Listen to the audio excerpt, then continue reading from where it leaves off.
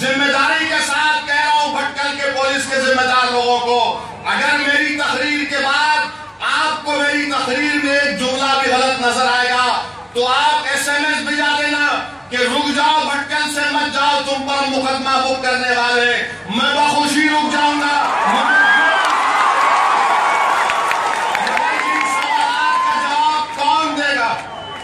ان سوالوں کا جواب کون دے گا؟ میرے عزیز نوجوانوں، میں تم سے کہہ رہا ہوں کہ اگر تم کو ان سوال کا جواب دینا ہے تو جمہوری طور پر ہم کو دینا ہے، نعروں کے ذریعے نہیں، جذبات میں آئے بغیر نہیں، بلکہ عملی سیاست میں حصہ لے کر۔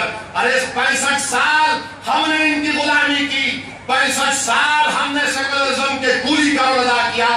آج نوجوانوں، یہ سیکولرزم کا بوجھ ہم اکیلے نہیں اٹھائیں گے، یہ سیکولرزم کا بوجھ ہندوستان کا ہر آدمی اٹھائے گا۔ 65 سال سے اگر کوئی بوجھ اٹھا رہا ہے تو میں اٹھا رہا ہوں، میں تھک چکا ہوں اس بوجھ کو اٹھاتے، کیونکہ تم نے مجھے مزدور بنا دیا اور تم مالک بن گئے۔ اب میں مالک بننا چاہ رہا ہوں، تم بھی مزدوری کرو۔ 60 سال نہیں کر سکتے تو 5 سال کر کے دیکھو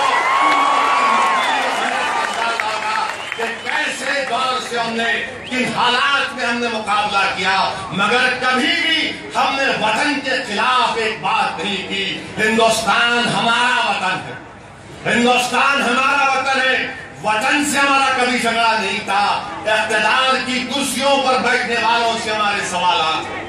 آپ بتائیے مہاراشٹرا میں 75% مسلمان سلم میں رہتے ہیں، اس کا ذمہ دار کون ہے؟ میں ابھی خلیل صاحب کو رپورٹ بتا رہا تھا، سنسر کمیٹی کے بننے کے بعد کنڈو کمیٹی کی رپورٹ بنائی گئی۔ کنڈو کمیٹی کی رپورٹ میں یہ کہا گیا کہ سب سے زیادہ جن لوگوں کے گھر میں پینے کے پانی کی لائن نہیں ہے، گھر کے اندر باہر نہیں ہے، 2 کلومیٹر کے دور اگر کوئی پانی جس کو نہیں ملتا تو مسلمان۔ ہم کو پینے کا پانی آپ مہیا نہیں کر سکتے۔ بتائیے اقتدار کی کرسیوں پر بیٹھنے والے، کیا یہی تمہارا انصاف ہے؟ ہم اس ناانصافی کا خاتمہ کرنا چاہتے ہیں۔ ہم چاہتے ہیں کہ ہمارے بچے پڑھے۔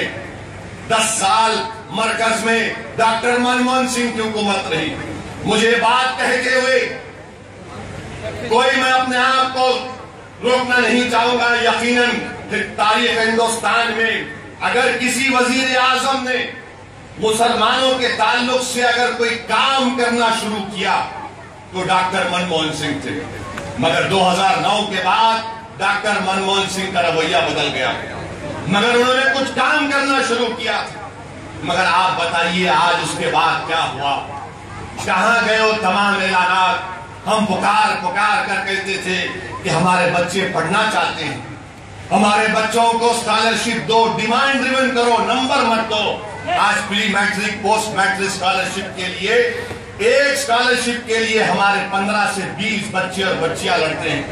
ہم پڑھنا چاہتے ہیں، ہم بھی بیٹھ کر اس راکٹ میں بیٹھ کر چاند اور مارس پر جانے کا خواب دیکھتے ہیں۔ آپ ہم کو موقع دیں، ہم پڑھنا چاہتے ہیں، اسکالرشپ کو ڈیمانڈ ڈریون کرو۔ یہ کیسا انصاف ہے کہ وہاں کرناٹک میں اگر 13% مسلمان ہیں، 1,40,00,000 کا بجٹ ہے اور 1% بھی مائنورٹیز کا بجٹ نہیں ہے، تو کیا انصاف ہم سے ہو رہا ہے؟ ہم یہی چاہتے ہیں، انصاف کرو ہم سے، ہمارے بچوں کو پڑھنے کے مواقع دو، ہمارے بچوں کو پڑھنے کے مواقع دو۔ ارے ہم بھی طاقتور بننا چاہتے ہیں، ہم کو مچھی مت دو، ہمارے سمندر میں ہم پکڑ سکتے ہیں، ہم کو مچھی پکڑنے کا ہنر سکھا دو، ہم مچھی پکڑنے کا ہنر جانتے ہیں۔